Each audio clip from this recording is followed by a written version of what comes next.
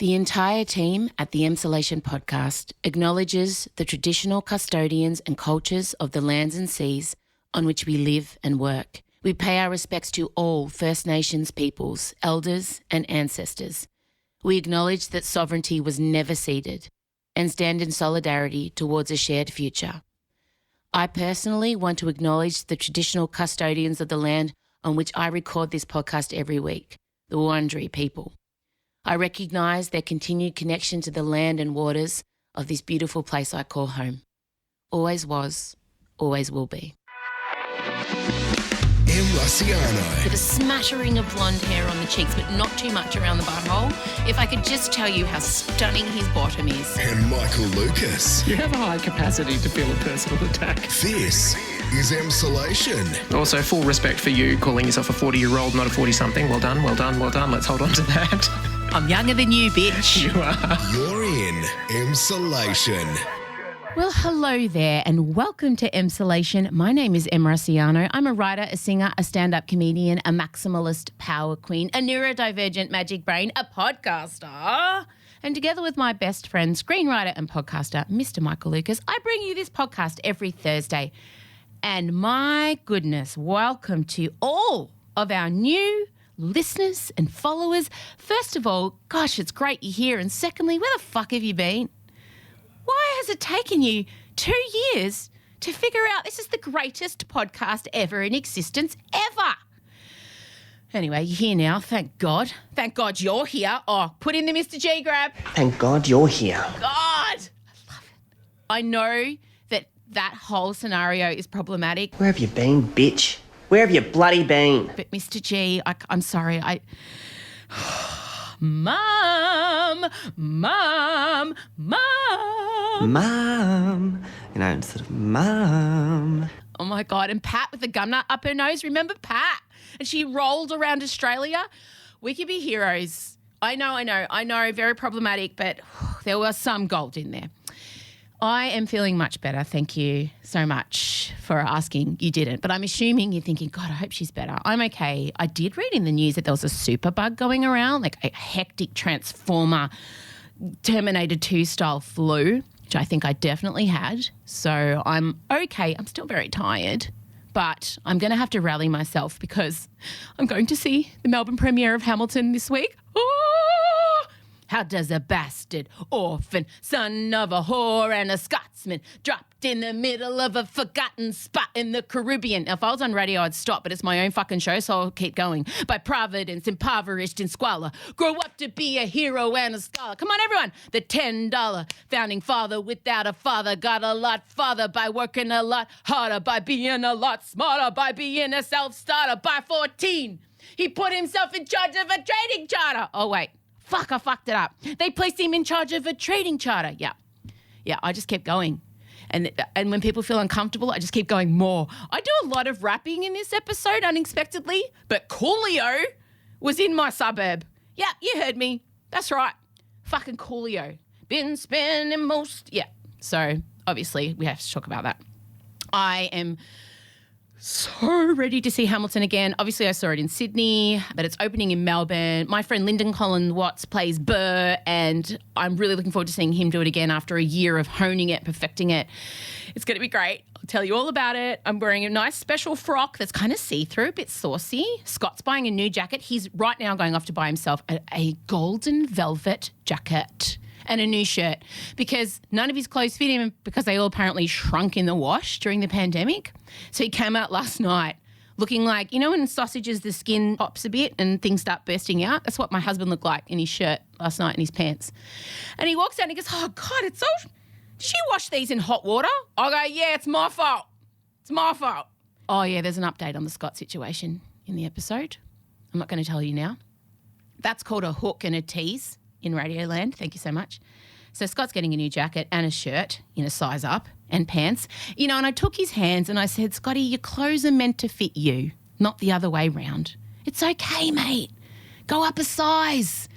Just go get what fits you. Cut the tags out if you want. Go buy it from Country Road. Everybody knows if you're a Country Road size 10, well, that's not the truth, but you go buy it, whatever you need.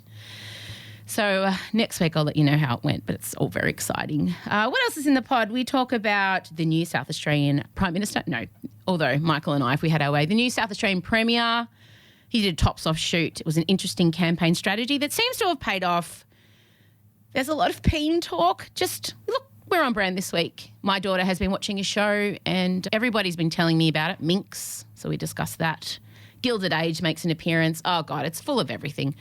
So welcome. If this is your second ever episode, we're continuing on with the themes and the energy, the chaos. I'm so glad you're here. I will have, look, I'm going to tease this now. Next week, I've been asked to do something and I'll be able to tell you all next week what it is. But it is the biggest thing in my entire professional career I've ever been asked to do. My parents are beside themselves. Everybody I tell, who I'm allowed to tell, their reaction is, wow, really? Jesus, congratulations. It's big. You're never going to guess it in a million years, and I want to know what you think.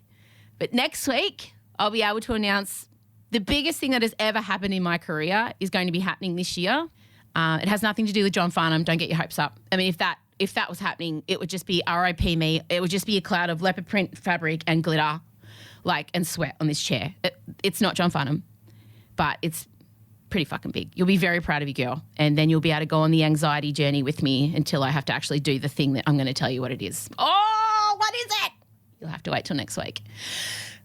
Okay, that's enough from me. I hope you enjoy it. Michael's in Brisbane. It's not even here in this beautiful studio I built for us. I bloody spent the weekend soundproofing. Came in this morning, it all fell down. So that's it. I'm going in heavy. I'm going to order glue from Mexico if I have to. I don't know why I picked Mexico. I'm not saying the glue's better in Mexico, but I don't know, it just feels like the right thing to say. We need strong glue. We need glue that people will have to clear the building. I'll need caution tape. It's on. It's on. But he's not here, but that's okay. Doesn't matter. All right, everyone. Enjoy. Oh, God, I just got to take a breath. Why am I so, hyped up? What? Oh, because we just did the episode. It's a lot of dick talk. Play the music.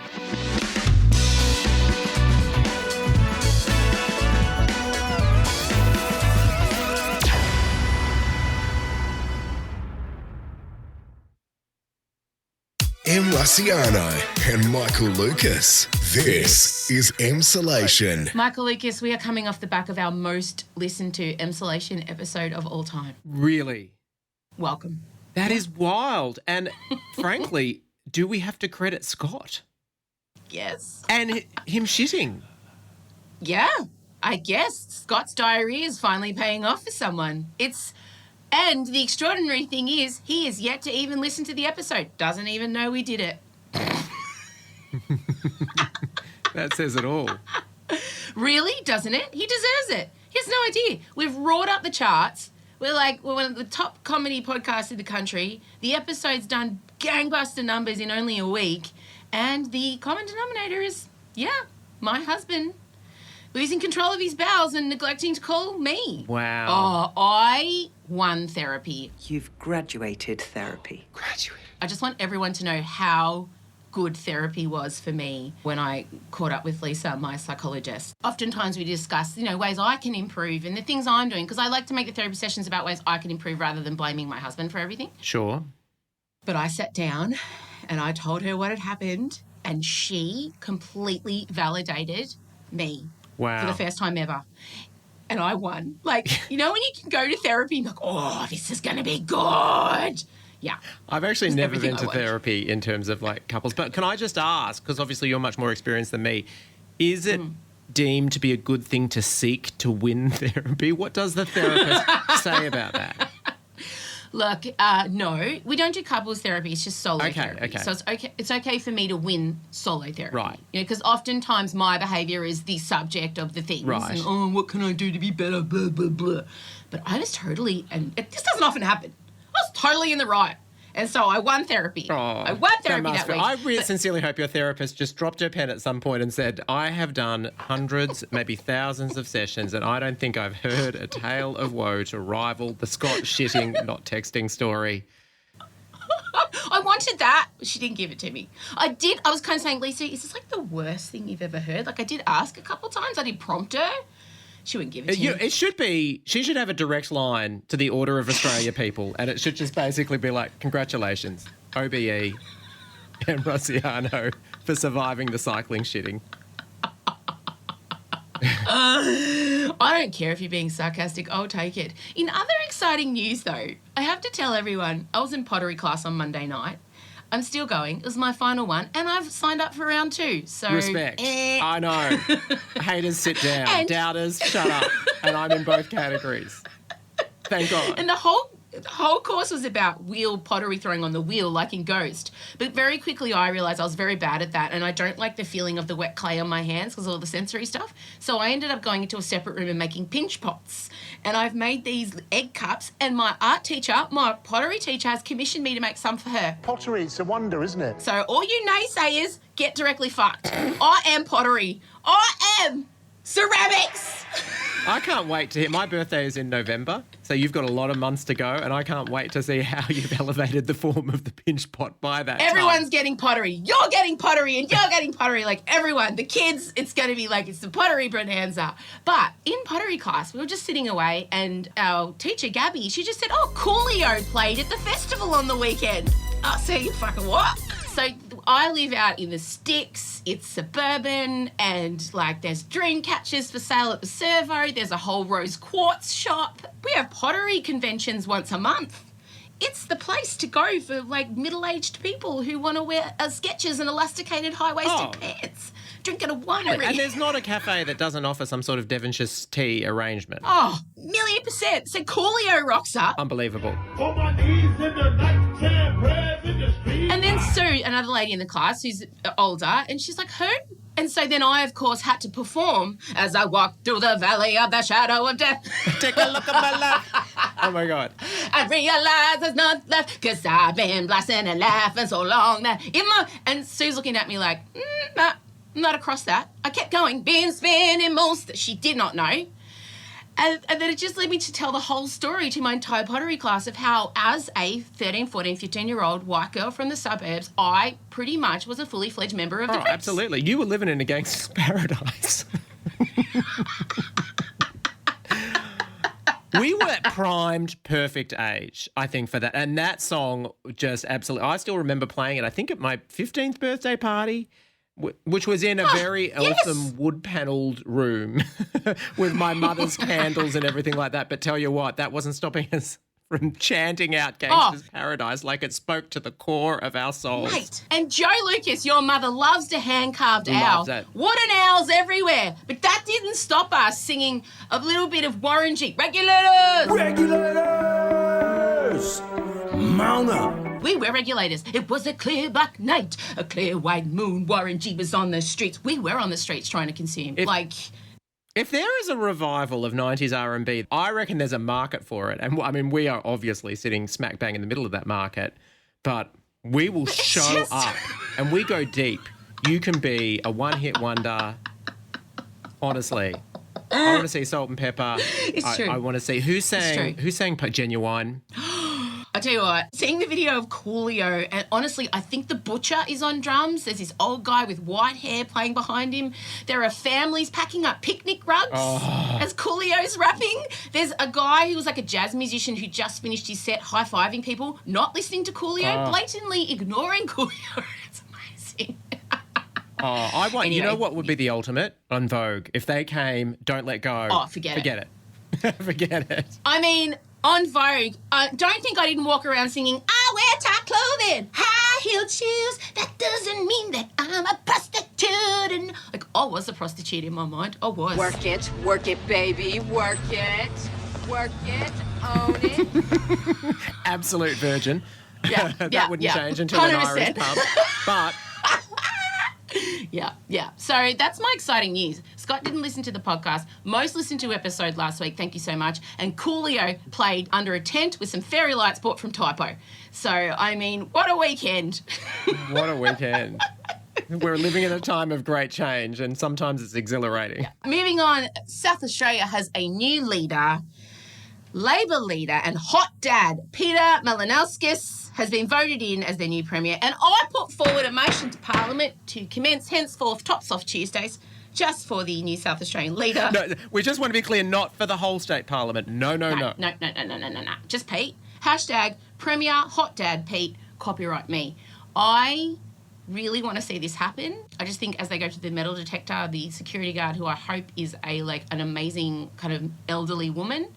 I'll take your shirt, thanks, Pete, and the jacket. I've got some baby oil here, babes. Would you like me to?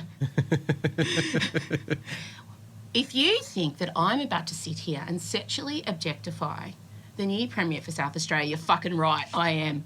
He is hot! I look like a guy who's been hitting the gym. He is a unique combo. And I feel like this is a historic moment because I've been racking my brains to think of which Australian elected leader, state or federal, would be hotter than Peter, and I'm going to come out and say I don't think we've ever had one. I agree. Who's ahead? No one. No one. I mean, some people sort of said Hawke had his charm at a certain time, but come on. He wasn't. No one wanted to see him, shirtless in the pool. Gough had a certain striking gravitas. Keating was elegant. Abbott had a rig, but just is Abbott. Steve Bracks had the genes that he was going to give his son. I don't feel he was tops off ready as Premier. Definitely not tops off ready. I feel like Peter, Premier Hot Dad Pete, hashtag Premier Hot Dad Pete, hashtag Premier Hot Dad Pete, is our first. I agree. And he is 41, so our leaders are now truly officially younger than you and I, so we are old. He has 3 children. He was a former trolley boy. Oh, haven't we heard that story a lot? I respect it.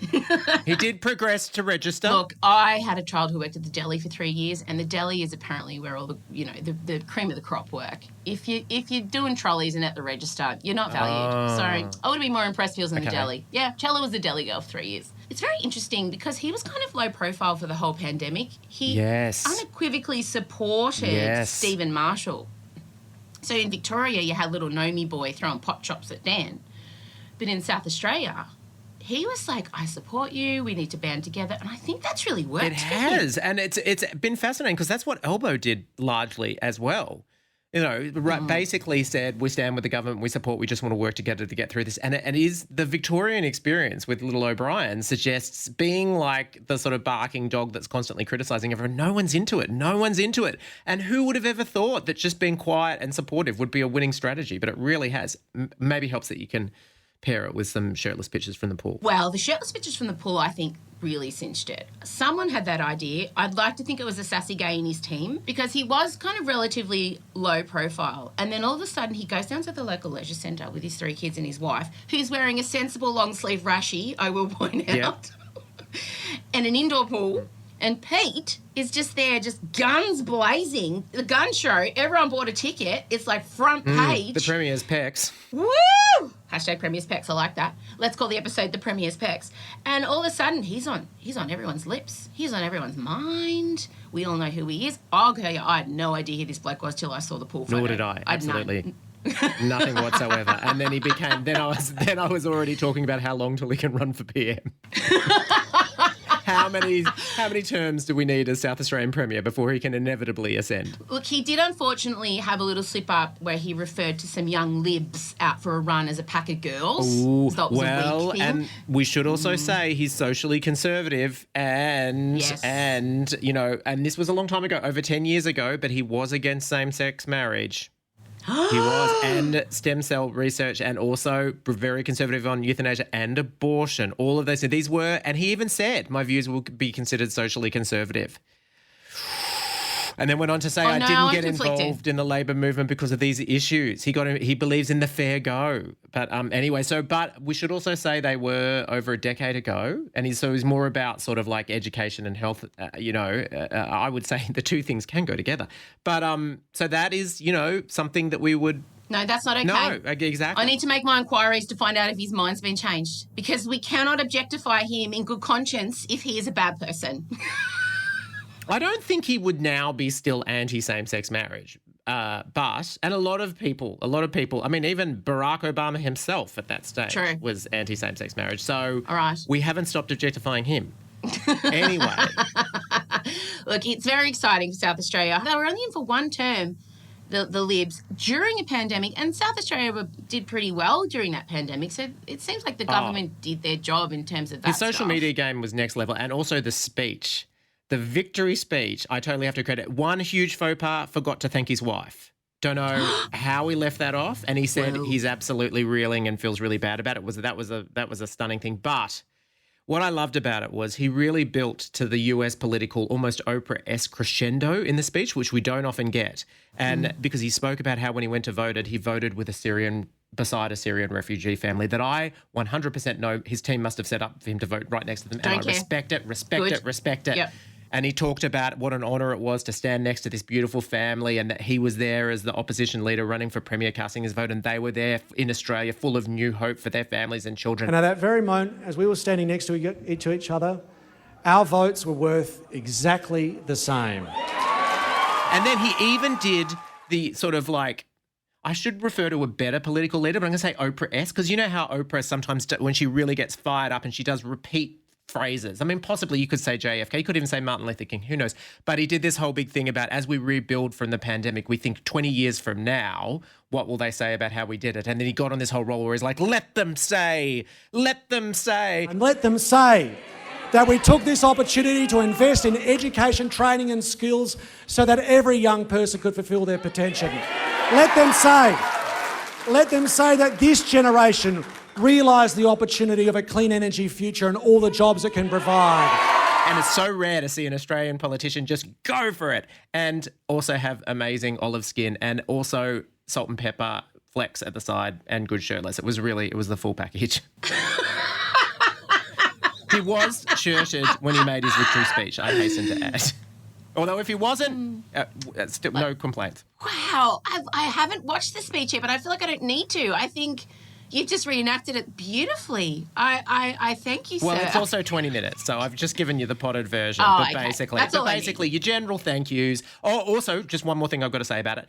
Extraordinarily, out of bounds of graciousness to the outgoing Premier. Stephen Marshall's call was utterly generous. It was gracious. And it was done with the class that we have become incredibly familiar with. And he took a moment to thank the whole Liberal Party. Like he was really doing the whole, we're taking the toxicity out of politics. We're going to be, and he said something like, they are not our enemies. But then he said they're our adversaries. And I felt like I wanted to look up in the dictionary and figure, hang on, what? But anyway, he's a classy winner. I love that. No, that's classy right. winner. Everyone loves a classy winner with pictorial definition. Continue. I don't like a classy winner. I love really bad winners. They amuse me to no end. I have to tell you. Terrible winners who are like, nah, fuck you all, it was all me and I'm amazing, give me far more pleasure and entertainment than classy winners. I'll just say it. I don't care what you give me. Obviously, we are still yet to have an election date. Another week, still nothing. This has to happen by May. Friends, we are nearly in April. So you do the maths. He is running out of time. And in my favourite political news of the week, Philip Ruddock has threatened, now he's in the Hornsby Shire Council, there's been bin stickers. People have been sticking on their wheelie bins, bin Scott Morrison as Prime Minister. Philip Ruddock says, if you put those stickers on your bins, we will not collect your bins. Let's just say, thank God he is not the MP for Northcote where I live, because he would be fucked. I'll tell you right now, I would have to take the sticker off. Bin collection at my place is very important. Yeah. And even though I don't think ScoMo should be Prime Minister, I would be out there with my eucalyptus oil scraping the sticker off because we can't miss a bin week. It's time to take out the trash. It would be the natural order. It would be chaos. Sometimes Scott makes us drive around and be bin ninjas, where we have to because I'm also the streets binfluencer. People look to our house to know what colours to put out. I'm totally the binfluencer. And so sometimes we have way too much garbage, and this was having my own private skip room at the office. Scott would drive around with the headlights off and make one of the kids, because I refused to do it in the end, we would go around and stick our rubbish in people's bins down the street because we didn't have the room. So if I was refused a bin collection because of a sticker, oh my God! We all have our threshold by which we suddenly abandon our political principles. And I thought your threshold, I do think it is very, very high. I think there's a lot of things you wouldn't be challenged on, but when it comes to bin night, some things, you're not going to go full Zelensky the whole way. I mean, it's just... No, when I was ordering everything off the internet during the pandemic, oh my Christ, you should have seen it. I was having to hide packaging in my car, and then I had to then go hide it at my mum and dad's. But because I couldn't see them, I was piffing it over the fence so my dad could put it in his recycling. It was insane. I was in 3 different shires with my rubbish. And when there was a 5 kilometre radius where you couldn't drive, I was like, oh shit, the tip's shut. Oh my God. Rubbish disposal takes up so much of my brain space, you have no idea. No, well, I know. I remember your relation when you realised the office you're in right now gave you access to a skip.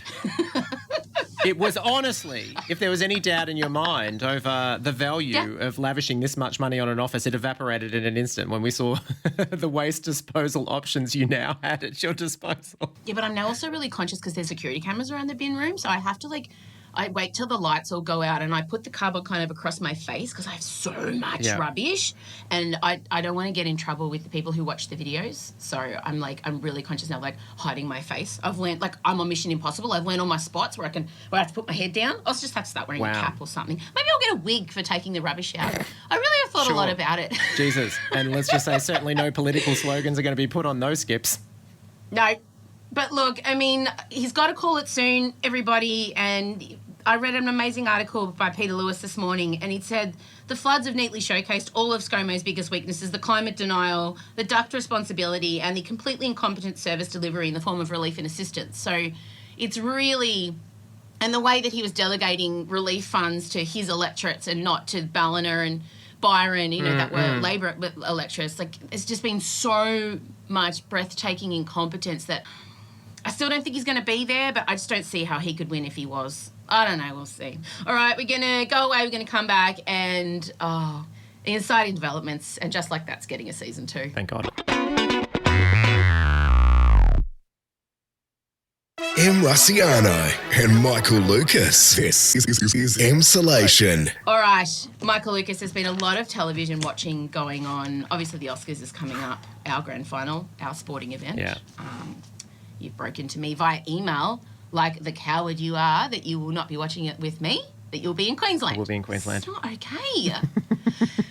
Anyway, I have been watching a lot of the Gilded Age. New York is a collection of villages. The old have been in charge since before the Revolution, until the new people invaded. We've spoken about it previously, and honestly, this show is the most outrageously camp thing ever to be made ever. Mm-hmm.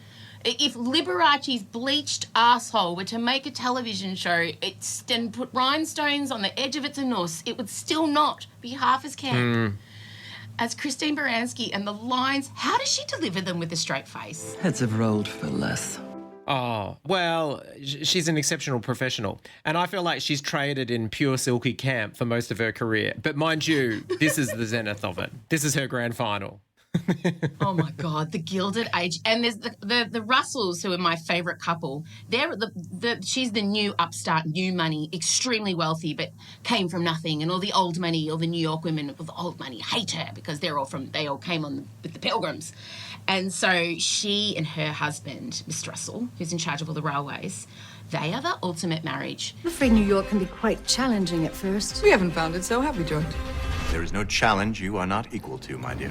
They are rock steady crew. They are. They would dump dead bodies for each other. They back each other at 100. He is tempted by other women, often very dramatically. He's got sort of maids coming in and basically tearing off their tops right in front of him, and he respects his wife, stays with her. And have you found him getting incrementally hotter to you as the season goes on? 100%. Yeah, it was interesting, wasn't it? Because the first one, I didn't even notice him in the first episode, didn't at all. I was looking at more sort of the pretty lawyer that the blonde chick was into or whatever. And then as time went on, the more ferociously he defended everything, defended Bertha, the more he respected her. And Bertha herself wanders around with this sort of deep baritone voice in total nonchalance. And who's Bertha? Carrie Coon. Oh my God. I could go on about her forever. Wait, is her name Bertha? Yeah, Bertha Russell. That's not her name. Bertha Russell. Yes. She's got a mysteriously, tragically uncool name. Oh, I just call her Mrs. Russell. I will decide who comes to dinner at my own house, thank you. And they will do exactly as I tell them, or they will be gone and dismissed at my behest. Carrie Coon, famous for decades and decades for the most intensely naturalistic contemporary performances, is now playing high camp, and thank God. It's so great, so great. Speaking of high camp, and Just Like That is getting a second season. And just like that, we began our real friendship. Yeah. I'm glad. Me too. I think I've hit a point of acceptance with it, and the acceptance is obviously I will be watching every single episode. I mean, the question on everyone's lips is, will they bring Shay Diaz back? Will Shay Diaz be funny? That's the cliffhanger. And just because my family loves me does not mean that they're not confused. Okay. I am like an episode of Unsolved Mysteries. They're so confused. Will Shay Diaz actually crack some jokes or continue to give her Year 11 social studies TED Talks? I don't know. I'm on the edge of my seat to find out. I hope she doesn't get funny, because that was truly one of the most compelling elements of that show. Really? Yeah, like the conversation was never, oh, I'm so intrigued by these characters and what's going to happen next. But the conversation was, can we just break down the scene that we just saw? How did a number of people sit together in a room and that's what they came up with? And I do want more of it. I just want a lot of sex for these women. If season 2 isn't a bonk fest, if there isn't a middle-aged woman getting deep dicked or gone down on every single episode, I want my money back. I don't know what the fuck she's saying, but girl, I am living. Well, I think you're going to be in for a good ride, because I think that they took all of that season, the first season, to basically get Carrie to a point where she's open. She's ready. Yeah, she's ready. She's ready. I mean, I actually thought they could have hustled it along. In Offspring, full credit to us, we killed off Dr. Patrick end of season 4. We had Nina having a one-night stand 3 episodes in to season 5. Okay, let's pause there. How much consideration goes into how long one character must grieve before they are able to have a deep dicking? Because I imagine there was quite a few There meetings. was quite a few meetings, and you know what? I feel like we went for a very intelligent option, because we made her embrace the idea of trying to have a one-night stand, but then she got too grief-stricken to properly go through with it. And then, so this is how much sex we got into it. She starts trying to have the one-night stand with Leo, and she starts having flash visions that it's Patrick. So we delivered, not only is she moving on in her sex life, but we're also giving you flashbacks to the hot guy you liked. But to be honest, we were caned on social media, of course. But didn't she have ghost sex? Didn't she have hot ghost sex? Basically, yes. Yes, that's right. I forgot that. Well, I that's all I'm saying. The women who you are pitching this to, and I put myself in that category, as I've said many times over, our vaginas have not, shriveled up and died. We're still horny. Some people, are a bit dry because of perimenopause, whatever. It doesn't mean we don't want to watch the people on the telly doing the things we would like to do, but we're too fucking tired to do.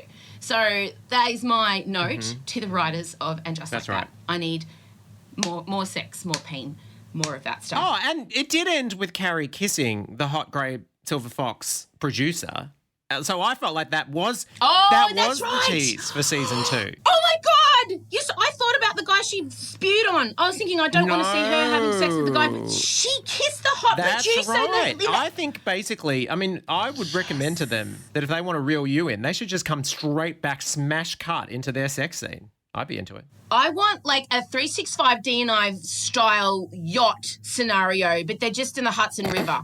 And like Carrie's there, they've got a drone. There's a drone. They come in down on the hot producer's ass, multiple shots. Like, I really think they should get the intimacy coach and the film and the cameraman and the director in on that episode. I can see it all. I'm so excited. It better happen. All right, before you go, there is a new TV show called Minx. You read my magazine? I did. What, you think I'm illiterate or something? Well... Look, it's not Proust. It's pronounced Proust. Do people enjoy your company? Not really. Oh, you're not suggesting that you publish The Matriarchy Awakened? Oh, God, no. Not in its current form. And don't get me wrong, it's good. It's just, you gotta hide the medicine. It's like when you give a pill to a dog, you dip it in peanut butter first. I'm sorry. Nude men. Have you heard of it? I have, thanks to the Emsolation Facebook group. Yeah, so I'm going to bring in Marcella, social media captain, and my daughter. Marcella, if you could please come over here to the microphone. Now, I've never been sent so many messages being told to watch a show, and not because of the storylines, not because it's, particularly a strong female lead doing amazing things. It's because of one particular topic. Now, if you had to describe episode 1, how would you do so, Marcella? A lot of pain. That is the key message that I have walked away with. Yes. varieties. What do you mean? Different shapes and sizes and colours and girths. Like, it was... And can we ask the critical question? To your educated eye, were they prosthetics? Because you know, Euphoria's been playing around with peens and same with Pam and Tommy, but they're not the real deal. Do you know? I don't know. I think they were real. I'm pretty sure. Except for maybe they end up hiring a guy to play sexy fireman, and he has to, like, put his penis on a pole. And I just don't... It was very large, so I'm not sure. Okay. I just say my whole parenting journey has led me to this moment where my daughter has not only said girth, but has also described a fireman flopping his peni on a pole. They're definitely real. Oh, Ben, come in here. Ben's coming in too. No, stay here, Chella. Ben, come and join the chat if you could. You've watched and... Yes, definitely real peen. No prosthetic. Thank God. Wow. Thank God. Can I just say, I love that we've come this far and I still know nothing about the story, the premise, or anything like that, and yet I 100% know that I'll be watching. I don't care about the premise. Let us see your dick. Yeah, that's so great. That's good. Okay, well, Minx, you've 5 peens out of 5 from the Emsolation team, and only one of us has watched it. So that is all you need to know. I'm glad that there is diversity in penis. I think that's very important too. I just want to say that. Penis diversity is an important issue. All right, I'll talk to you soon, and hopefully we have an election date next time we catch up. Hopefully. Talk soon. Bye. This is Emsolation. All right. Well, how many of you are off to watch Minx now? It's on Stan. You're welcome, so you don't have to Google it. It's on Stan, and it is about the first female porn-focused, I think, magazine. I don't know, I'm guessing. And it's good. Marcellus is very good, so I'm going to go and watch it. I'm sorry, it sounded like I didn't care about the content, but I do. But the other stuff is funny because so often it's women's breasts on display since the beginning of television time began. And now there's just a whole smorgasbord of sausages. Good. I'm glad. Make sure you are following us on Instagram. Aforementioned daughter runs that beautifully, splendidly. We've got over 20,000 now. She is building that up. World domination next. It's at Emsolation Podcast. Make sure you're getting the newsletter every Thursday with all the details. Have you got your pass, your online reservation to watch our second birthday live stream? Make sure you have. And there are now 10 seats left to see us in the flesh. If you're in Melbourne, April 12th. And you can be at the Malthouse Theatre at 7 p.m. We have merch. I have arranged very special merch for the people who are in attendance. Grab those last 10 tickets. All the information you need is at the socials and also in the newsletter that is coming your way. Have a fantastic week. I have a photo shoot next week. I have Hamilton this week. I have so many things to be doing and looking forward to. It's exciting times. My health is almost back. Hopefully the next time we speak, ScoMo is called The Election, because then you know it's a weekly election roundup. Oh, that's going to be good fun. Have a good time. Have a nice time. Have a great time until we next speak. Bye-bye. Emsolation with M. Rusciano is a Spotify exclusive podcast recorded at Down the Hill Studios. Hosted by M. Rusciano with Michael Lucas. Executive produced by Benjamin Wasley. Produced by M. Rusciano. Edited by Ezekiel Fenn at Entente Music. With videos by James Henderson. Socials by Marcella Rusciano Barrow. With assistance from Jem Evans and Georgia Watts. Plus, occasional office shelf installs and flat pack wrangling from M's dad Vincey. Get more Emsolation by following us on Instagram at Emsolation Podcast. You can also sign up for our weekly newsletter. Join other Emsolators of the Emsolation group on Facebook. The answer is Harry Styles. And please take the time to share this podcast with a friend and make sure you're following us on the Spotify app by hitting the follow button. Thanks again for taking time out to listen to this week's episode, and we look forward to chatting with you again soon.